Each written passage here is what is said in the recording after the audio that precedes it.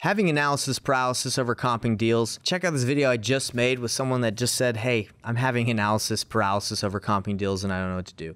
Watch me address exactly what fear, what is concerning him to have that analysis paralysis, what's causing the fear, what's causing him to be so nervous. Watch me address it. And at the end of the call, I don't think he's that nervous anymore, but check it out and you decide for yourself.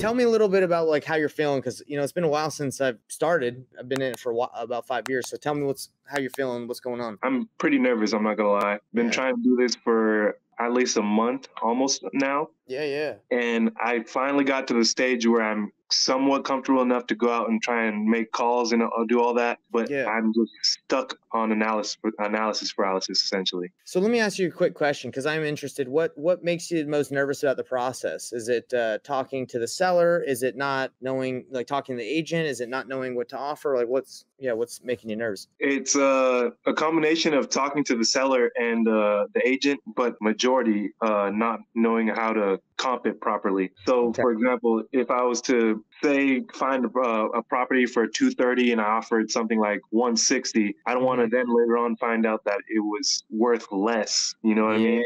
I know, dude. I know exactly what you mean, bro. Because it happens 99% of the time. I feel like wholesalers are locking up properties at the wrong price, you know, and they're having that problem. They're getting they're offering, they get it under contract, and then they're like, oh, it's not a deal, right? So you're saying that you're nervous. You just don't want that to happen to you, right? Yeah, for sure. Because I've heard a lot of kind of horror stories just trying to get into this on that specifically. Yeah, it's frustrating. It can be very frustrating. So there's a couple things, man. Like right now we can take a look at a couple properties and I can comp them and I can tell you what the numbers, like what numbers you need to be at for it to be like for sure a deal, right? For someone to buy it. The difficult thing with that is if you're in multiple markets, I think you said Maricopa County in Arizona, and then you said Indianapolis. So a lot of people learn the 70% rule. They're like, hey, 70% minus repairs, minus your wholesale fee, and it's a deal. Now, that may be true because you're getting it such a big discount, but the chances of finding someone that's willing to sell at that low of a discount is difficult. Kind of low, yeah. So in Arizona right now, because I understand the kind of the market, a lot of buyers are buying at 80%,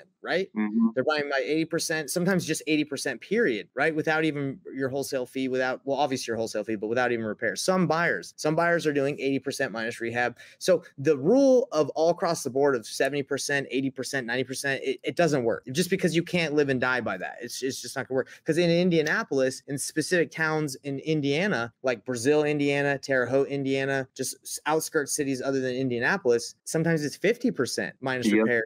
So to live and die by that is difficult. We're going to waste time. And I'm not about wasting time, neither are you. The best way to combat this is to know what your buyers are buying in that area, just to ask them, right? So for example, if I'm your buyer and you have a property and you're like, hey, I'm talking to a seller, they're pretty motivated, they're wanting this, obviously they always want more. Where would this make sense for you, Mr. Buyer? Then Mr. Buyer looks at it, says, hey, they're motivated. Okay, you're not wasting my time. This is actually someone that, like, if I make an offer and you can get it, this is going somewhere. They look it up and they tell you, I can do $250. Then your job is to go to negotiate it with the seller for less than $250 for your wholesale fee. That is the easiest way as a new beginner to get a deal without having to worry so much about, did I comp it right? Because you're saying you're nervous, right? So if you had someone like me that would just tell you what they would pay, you wouldn't be nervous, right? 100%. So that's what I teach. It's like I got the hat on. It's pain. Have you ever met me? You probably never met me before, right? Nope. No worries. That's kind of what I teach. It's painless wholesaling. My last name is Payne. So I say it's painless, bro. It's if you have those relationships, you can literally just go ask someone like me. Now, not all buyers are just, if you don't know them, are just going to like run comps and tell you exactly what they're paid because they're busy. So you have to develop those relationships with those key people that you vibe with that can give you that information. Does that make sense? Yeah. As well as not all real estate agents are all that keen on giving you information without kind of getting something in return, which is what I've realized already. So another thing that's going to help you not feel as nervous when you do this is when you call an agent, when you call a seller, kind of get out of your mind that you have to give them an offer on the first call. Don't worry about it, man. Half the time when I call someone, well, sometimes I do make offers because I'm quick with analyzing because I have the experience, but you don't necessarily need to like feel the pressure to make them an offer there. You can gather information, see if it's the right situation and say, hey, let me go run my numbers. Let me call you back. And then that's when you could reach out if you find the right opportunity. It's not worth analyzing every deal if like they're not motivated, because that's who we're looking for. We're looking for people that need, you know, convenience, ease, speed. They need to move quick. They have distress. Their properties need work. That's who we're trying to serve, not the client that just wants to sell. The person that just wants to sell and can wait 5 years or 1 year, doesn't have to sell. That's not someone we can really help that. Like, we're not agents, you know? Yeah. So hopefully those two things I just told you, knowing your buyers in your market and also knowing the buyers in your market and not feeling like you have to make an offer, know exactly what you have to offer on that first call. Hopefully those make you feel less stressed right now, bro. Nervous.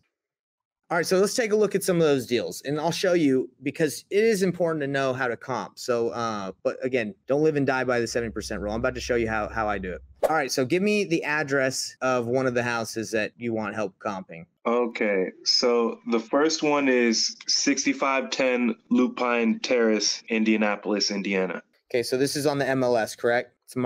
Well, it said it was listed right here, MLS number, but I guess not. I like using Zillow and batch leads, but I'm not going to show batch leads because then it will like block my my live. It doesn't like when I use batch leads. So is this tell me a little bit about this property. This looks like a condo or something. Yeah, it's definitely a condo. It's a 2-bedroom, 1-bathroom, around 850 square feet, and that's as far as I know about it so far. So here we go. Like, if you are to use realtor.com, it does a pretty decent job of kind of telling you, if you scroll to the bottom, like comparables. Like for us, we can't really compare single family. These are condos. So you want to compare condos to condos. So this one looks like it's in the same, might be in the same area, 3307. Let's take a look. So this, let's see if this has pictures. This is currently listed. Yeah, I think this is the same. Man, they really need to paint on the outside. What do you think, man? That's crazy. Yeah, for sure. The house or the property looks like it needs a lot of updates on the outside, at least. Is the house that you have, is it on, how did you get that lead? I pulled it up on PropWire and Batch Leads. Okay, and have you called it yet? Not yet. Okay. So not here to roast you. I don't want to make you feel bad, but if you haven't talked to the lead yet, it's a complete waste of time to comp a property. Okay. Because I could be looking at this house, get the numbers all right, and never be able to get a hold of the seller. You might not be paying his phone bill. You might just blowing up his phone. Who knows? But, and I see this a lot. A lot of people like want to make sure they know what everything's worth before they call, and they just complete waste of time. Again, because you never know, you might not be able to get a hold of them. Now let's just take a look. We're already looking at this one. So you can see from it that it's been flipped inside. Someone flipped this house, right? Mm-hmm. So they got it for $94,999, and let's see, it's been on the market for 14 days. So that doesn't really tell us if it's been on the market like for 100 days and no one's buying it and they're overpriced. So one thing you could do is you could call the real estate agent that has listed the property, Todd, and be like, hey, Todd, I'm thinking about flipping a house, a condo right next to yours, but I'm just curious, is $94,999, is it moving quick? Are you getting a lot of offers, or are you gonna have to bring the price down? That's like a quick way to find out, you know, the heat in that area, right? Mm-hmm. So I am curious what they bought this for. I don't really use realtor.com very much. I use Batch and Zillow, but I think you might be able to find the details here. Let's see, of property history. Okay, cool. Yeah, check this out. Listing removed. Okay, they took out the information. Price 94. Okay, yeah. So they had a listing, they listed it, they took it off, and they rented it out, and then they're listing it again. All right, so let's run the numbers on this thing really quick. So you got to have a calculator. I know, Brent, you're in TTP, so Brent probably has a calculator. I'm not actually sure where you would get it, but this is the one that I use. So let's run the numbers on this. So let's say you're talking to this seller. You call them, and it's the house is distressed, right? It's all math. It's all math problem, right? So here's how I analyze it. I would go into this and I'd say, okay, a flipped comp in this area, a condo, is $95,000. Does that make sense? That's the ARV.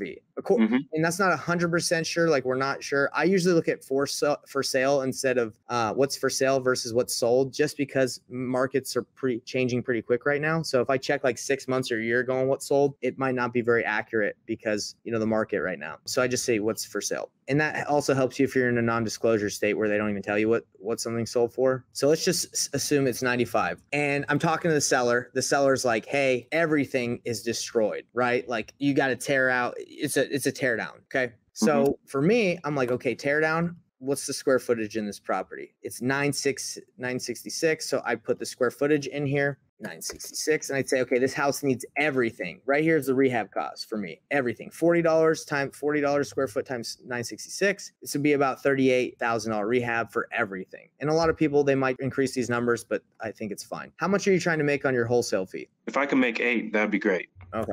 That 8 and great. Okay. So you want to make 8K. So then just to teach you, most flippers do not just take a pile of cash and say, hey, I'm going to invest this in one property. What they do is they say, I'm going to get a hard money loan and I got to borrow, let's just say $25,000. That's the purchase price of the property. I got to put down $3,750 and I have to pay interest on the rest of the money I borrowed. And it shows you what the monthly payments are. Does that make sense? They're borrowing money so they don't have to come up with the whole amount. They just put down a little bit and then they get loaned the rest, right? Mm-hmm. So you got 12% interest is what they do. And 2 points is how much they pay just to borrow the money. So if you want to borrow $23,000, it's 2% of $23,000. Then it shows you your points. That's how much you pay. 15% down, that's the number here. And then hold time. So this house, it's a condo is 966. It probably wouldn't take someone very long to rehab it. So just from my experience, I'd say 2 months to rehab it and then 2 months to list it in case it's slow, doesn't move quick.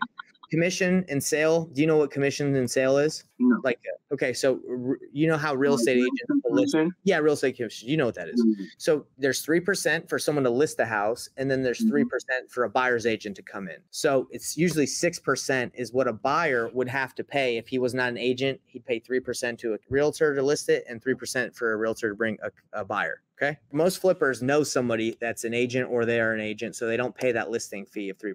So there it is, 3%. Closing costs, usually 1.5, 2, but I do 1 because the buyers that I use, they're good with the title companies. They know exactly like how to, get a little bit of a discount. You follow me on everything? Mm-hmm. Okay.